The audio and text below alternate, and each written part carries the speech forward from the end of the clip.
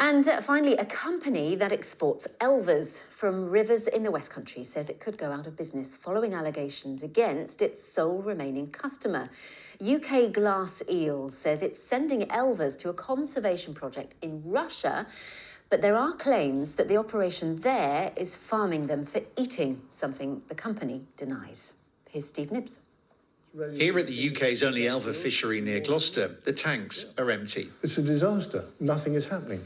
The market in the UK has dried up, and since Brexit, the only outlet for Peter's company is to sell elvers to a conservation project in Kaliningrad.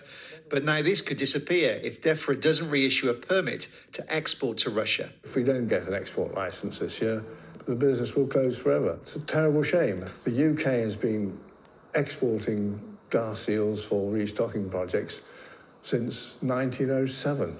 So why the delay? Well, there are allegations that the operation in Kaliningrad isn't for conservation, but for farming elvers commercially.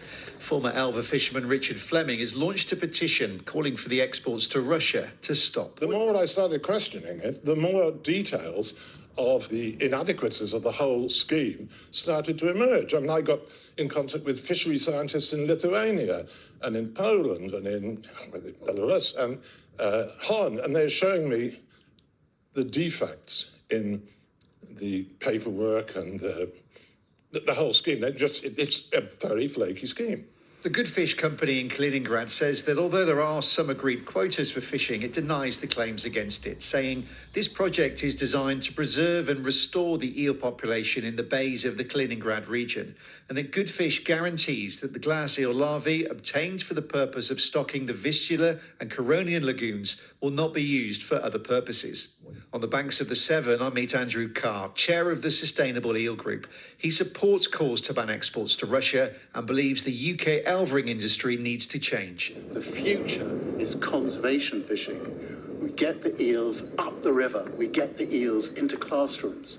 We rebuild the human relationship with eel. And we need the fishermen to work with us to do that.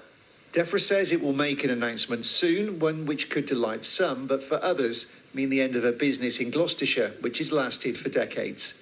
Steve Nibbs, BBC Points West.